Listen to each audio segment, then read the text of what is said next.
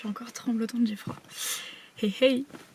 Peut-être que tu vois, je sais pas. J'ai beaucoup pleuré et déchargé.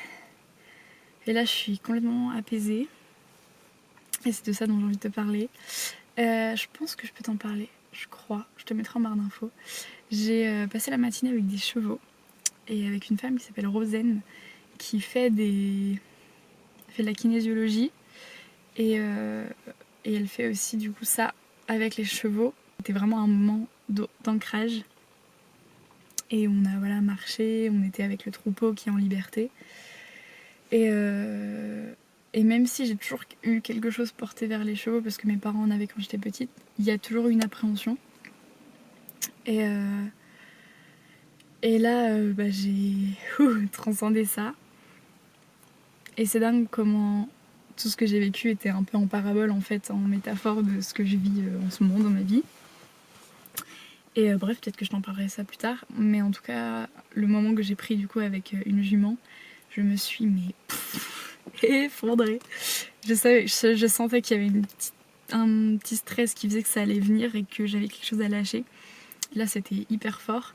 Et de voir à quel point, au début, en fait, j'avais peur. Je me sentais vraiment dans cette peur encore.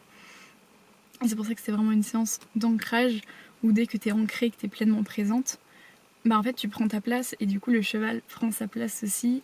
Et voilà, ça crée la relation, la communication. Et moi, je sentais que là, il y avait quelque chose avec ça. Et le moment où du coup je m'effondrais, elle se mettait pour que vraiment je puisse me décharger, donc c'était très très fort. Et j'ai envie de te parler de ça parce que je me rends compte que pour moi c'est tellement naturel, les émotions et l'accueil des émotions. Et puis j'ai l'impression que on en parle beaucoup, enfin moi je sais que dans mon réseau on en parle beaucoup autour de moi, donc que c'est un peu acquis maintenant. Et en même temps, bon nombre d'adultes, non, ne sont pas encore dans cet accueil des émotions, voire même ressentent qu'il n'y a même pas d'émotion parce que ça vient pas. Tant à l'inverse, c'est ancré de réprimer, de garder. Du coup, ça sort même pas, tu vois.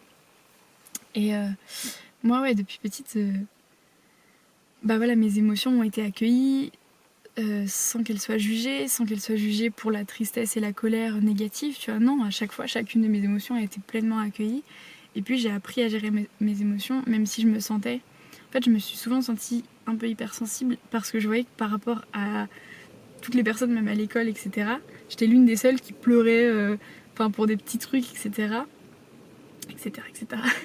Mais en fait, j'ai capté que non, c'est simplement qu'à chaque fois, quand l'émotion me vient, je l'accueille. Et du coup, ça passe parce qu'une émotion, ça dure mais que quelques secondes, tu vois, tu pleures. Et c'est pas que la tristesse, hein. Mais sinon, ça se transforme en sentiment. Et là, oui, c'est plus durable, ça s'installe. Et pour du coup des sentiments qui sont plus désagréables, en effet, t'as pas forcément envie que ça s'installe sur le long terme, après avoir ce que toi t'as envie de cultiver.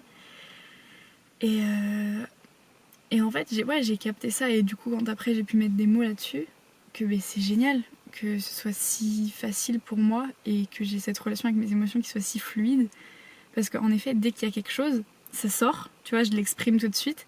Mais c'est comme les enfants, quoi. Au bout de quelques secondes, hop, ça y est, c'est parti. Et je suis là, genre, on va jouer.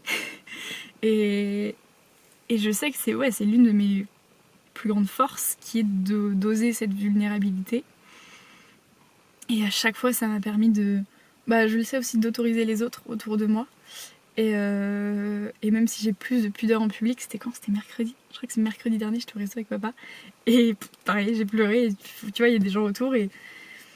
Enfin, c'est pas grave, quoi. C'est complètement normal et naturel, surtout. Et de voir à quel point ça change la dynamique, tu vois. Tu pleures, tu déposes ça, tu lâches, tu exprimes. Parce qu'encore une fois, tout ce qui n'est pas exprimé est imprimé. Donc ça reste en toi. Et puis tu l'accumules et t'accumules du coup les tensions, etc., etc. Et une fois que ça sort de toi, c'est bon, tu vois, il n'y a plus. Et ouais, je le vois même quand je peux être dans la peur ou dans le stress. Hop, il y a vraiment ce lâcher, cette libération émotionnelle qui fait qu'après, tu sais, t'es nettoyé, t'es purifié. Et puis tac, tu passes à autre chose et ça y est, tu retrouves l'énergie et une autre dynamique qui s'installe. Et c'est tellement important. Et là, j'ai envie de te partager une phrase qui, au début, quand je l'ai entendue, m'a fait bugger. Un adulte n'a pas d'émotion. hein. Et ouais, c'est vrai qu'au début quand j'ai entendu cette phrase, je me suis dit, enfin si, on a tous des émotions, tous les êtres humains ont des émotions. Et en fait, moi ce que je ressens avec ça, c'est qu'en fait en nous, on a l'enfant et l'adulte. Et dès qu'il y a une émotion, c'est l'enfant qui est en nous, l'enfant que l'on a été, hein. Peut-être que tu as entendu l'enfant intérieur. C'est l'enfant qui est en nous, qui réagit, qui est touché. Parce qu'il y a quelque chose dans le passé, et souvent on parle de blessure, je pense que tu l'as entendu aussi, il y a une blessure là qui est réactivée par l'événement qui se passe dans le présent. Mais donc à chaque fois l'émotion en fait c'est du passé. Et ça c'est vraiment ce que je vois, c'est que dès que je vais me mettre dans une émotion, que ce soit la joie, la tristesse, la colère, c'est parce que ça vient réactiver quelque chose. Dans la joie, c'est quand tu vois, je suis une gosse, c'est que je suis trop contente et tu vois, et ça se réveille. Donc c'est l'enfant en moi qui se réveille.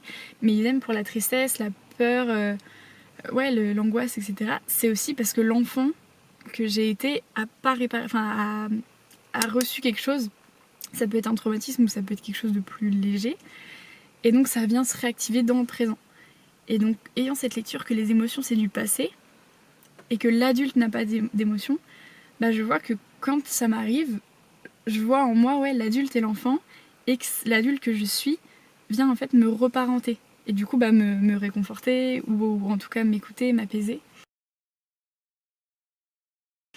Et je vois que cet auto-accompagnement là avec moi-même, il est juste écouter l'émotion, l'accueillir telle qu'elle est sans la juger.